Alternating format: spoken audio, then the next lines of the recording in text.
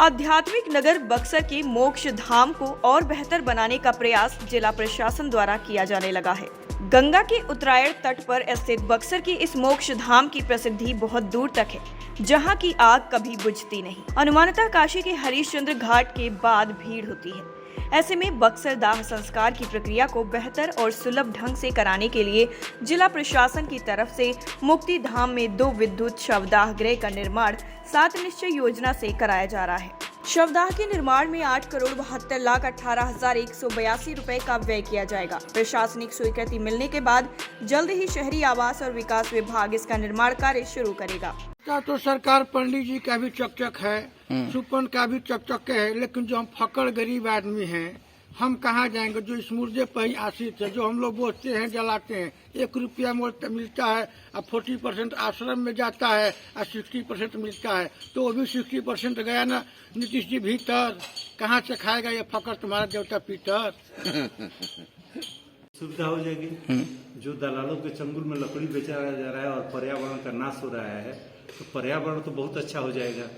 ये तो बहुत बढ़िया पहल है, सरकार का पहल करना चाहिए।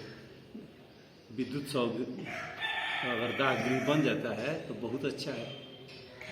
रूप से अगर आएगी और उसका इम्प्लीमेंटेशन बढ़िया से अगर नगर परिषद यहाँ कर देता है तो निश्चित रूप से बढ़िया होगी। लेकिन ये सवाल है कि बहुत सारी योजनाएं जो आपको बक्सर में केवल कागजों पर नजर आएंगी, धरातल पर कुछ नजर नहीं आएगा। और ये जो आप करने की बातें कर रहे हैं कि विद्युत सौदा गृह की जो बातें आप कह रहे हैं, इतना मुझे नहीं लगता है कि यहाँ पे इस चीज को इतना आसानी से लोग इम्प्लीमेंटेशन कर देंगे। क्योंकि आप जानते होंगे मेरे विषय में बहुत सारा मैं लड़ाई लड़ा हूँ इत्यादि आरोपों को लेकर के। वो केवल कागजों पर घूमती रहती है। कभी मंत्री बोलता है अधिकारियों को, अधिकारी बोलते हैं मंत्री को, फिर साठगांठ है पूरा। मुझे नहीं लगता है कि इतनी आसानी से यहाँ पे उसका इम्प्लीमेंटेशन हो पाएगा। अगर होता है तो बहुत बहुत धन्यवाद है उन लोगों को, लेकिन मुझे ऐसा नहीं लगता है। टाइम 8 बिहार के लिए बक्सर से कपिंद्र किशोर के साथ संदीप वर्मा की रिपोर्ट। आध्यात्मिक नगर बक्सर के मोक्ष धाम को और बेहतर बनाने का प्रयास जिला प्रशासन द्वारा किया जाने लगा है। गंगा के उत्तरायण तट पर स्थित बक्सर की इस मोक्ष धाम की प्रसिद्धि बहुत दूर तक है, जहां की आग कभी बुझती नहीं। अनुमानतः काशी के हरिश्चंद्र घाट के बाद भीड़ होती है।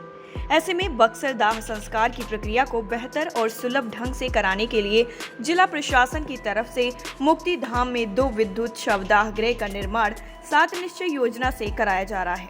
शवदाह के निर्माण में 8,72,18,182 रुपए का व्यय किया जाएगा। प्रशासनिक स्वीकृति मिलने के बाद जल्द ही शहरी आवास और विकास विभाग इसका निर्माण कार्य शुरू करेगा। तो सरकार पंडित जी का भी चकचक है, सुपन का भी चकचक है, लेकिन जो हम फकड़ गरीब आदमी हैं, हम कहाँ जाएंगे। जो इस मुर्दे पर ही आश्रित है, जो हम लोग बोझते हैं, जलाते हैं, 1 रुपया मिलता है और 40% आश्रम में जाता है और 60% मिलता है। तो वो भी 60% गया ना नीतीश जी भीतर, कहाँ से खाएगा ये फकड़ तुम्हारा देवता पीटर। सुविधा हो जाएगी। जो दलालों के चंगुल में लकड़ी बेचा जा रहा है और पर्यावरण का नाश हो रहा है, तो पर्यावरण तो बहुत अच्छा हो जाएगा। ये तो बहुत बढ़िया पहल है, सरकार का पहल करना चाहिए। विद्युत अगर दाह गृह बन जाता है तो बहुत अच्छा है। रूप से अगर आएगी और उसका इम्प्लीमेंटेशन बढ़िया से अगर नगर परिषद यहाँ कर देता है तो निश्चित रूप से बढ़िया होगी। लेकिन ये सवाल है कि बहुत सारी योजनाएं जो आपको बक्सर में केवल कागजों पर नजर आएंगी, धरातल पर कुछ नजर नहीं आएगा। और ये जो आप करने की बातें कर रहे हैं कि विद्युत सौदा गृह की जो बातें आप कह रहे हैं, इतना मुझे नहीं लगता है कि यहाँ पे इस चीज को इतना आसानी से लोग इम्प्लीमेंटेशन कर देंगे। क्योंकि आप जानते होंगे मेरे विषय में बहुत सारा मैं लड़ाई लड़ा हूँ इत्यादि आरोपों को लेकर के। वो केवल कागजों पर घूमती रहती है। कभी मंत्री बोलता है अधिकारियों को, अधिकारी बोलते हैं मंत्री को, फिर साठगांठ है पूरा। मुझे नहीं लगता है कि इतनी आसानी से यहाँ पे उसका इम्प्लीमेंटेशन हो पाएगा। अगर होता है तो बहुत बहुत धन्यवाद है उन लोगों को, लेकिन मुझे ऐसा नहीं लगता है। टाइम 8 बिहार के लिए बक्सर से कपिंद्र किशोर के साथ संदीप वर्मा की रिपोर्ट।